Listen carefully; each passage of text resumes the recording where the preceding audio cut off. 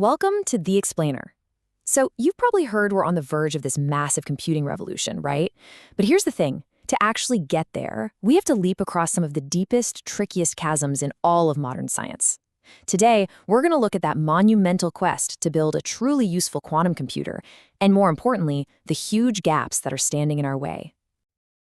This whole journey really kicked off back in the 80s, all thanks to a really profound idea from the physicist Richard Feynman.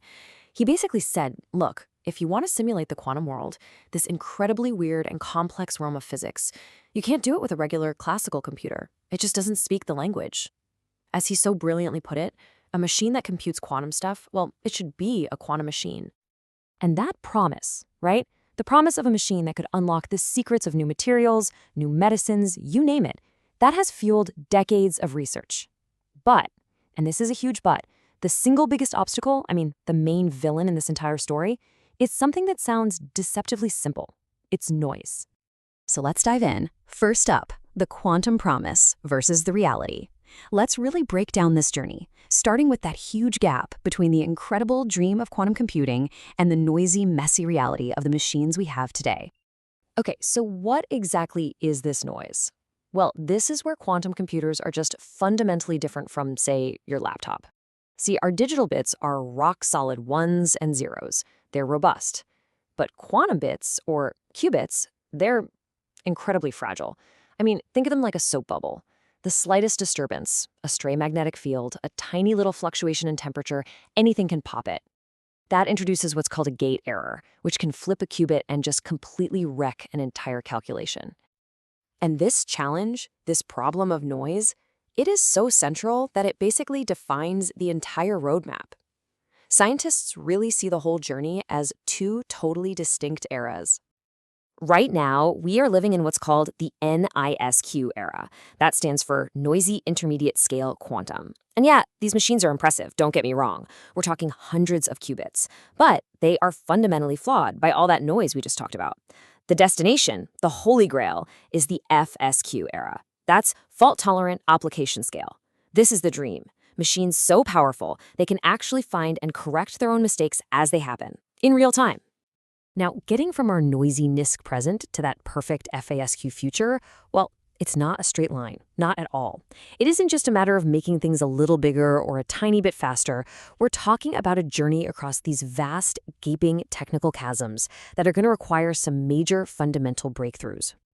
And researchers in this field, they are super clear about just how big this challenge is. As this quote says, the path from NISQ to FASQ is likely to be arduous, expensive, and prolonged. Basically, getting from here to there is going to be one of the great scientific and engineering marathons of our lifetime. All right, section 2, bridging the error gap. So this is the first and honestly the most fundamental gap we have to cross. The core question is a real puzzle, right? How in the world do you build something perfectly reliable when all of your building blocks are fundamentally unreliable? Well, to fight all this noise, scientists really have two main strategies in their toolkit. You can think of it like this. There's a kind of software fix that we can use today, and then there's a much, much more powerful hardware fix that we're aiming for tomorrow. So the first approach is something called quantum error mitigation, or QEM for short. It's a really clever software-based trick. What you do is you run your noisy quantum calculation over and over and over again, many times. Then you take all those flawed results and use a good old-fashioned classical computer to sift through them, filter out all the noise, and basically estimate what the perfect noise-free answer would have been. It's absolutely essential for the machines we have today. But here's the catch. The cost, the amount of classical computing you need, just explodes exponentially. That makes it totally impractical for the really big, important problems. The real long-term solution is quantum error correction, or QEC, and this is a true hardware fix. The whole idea here is to build redundancy right into the system.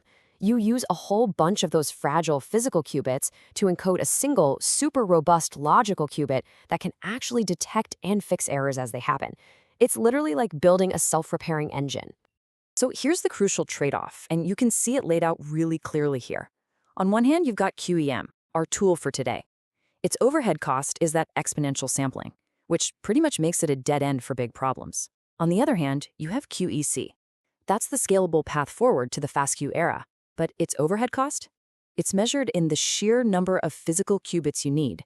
And it's an absolutely enormous number, way beyond what we can build right now. Okay, so just how enormous is that overhead? I mean, really. To wrap your head around the scale of this gap, you just need to focus on one single number. 1,000. See, according to the best estimates right now, based on the noise levels in today's top-of-the-line hardware, it could take about 1,000 of our delicate, error-prone physical qubits Just to create one single, stable, error-corrected logical qubit. Think about that, a 1,000 to 1 ratio. And you might be asking, why so many? Well, it's because all those physical qubits have to work together, constantly checking each other for tiny errors, things like bit flips or phase flips, and then they essentially vote on what the correct state should be. This is what creates that resilient, self-correcting system. Now, here's the kicker. A truly useful quantum computer is going to need thousands of these logical qubits. The engineering challenge is just staggering. All right, so let's say we do it. Let's say we bridge the error gap.